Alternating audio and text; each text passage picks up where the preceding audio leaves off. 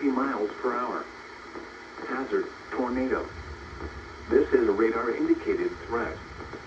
Impact. Flying debris will be dangerous to those caught without shelter. Mobile homes will be damaged or destroyed. Damaged roofs, windows, and vehicles will occur. Tree damage is likely.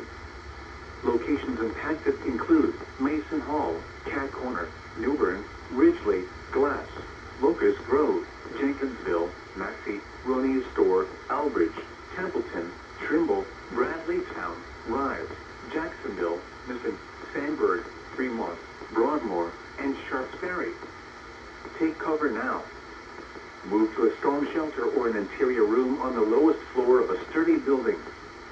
Avoid windows. If you are outdoors, in a mobile home, or in a vehicle, move to the closest substantial shelter and protect yourself from flying debris.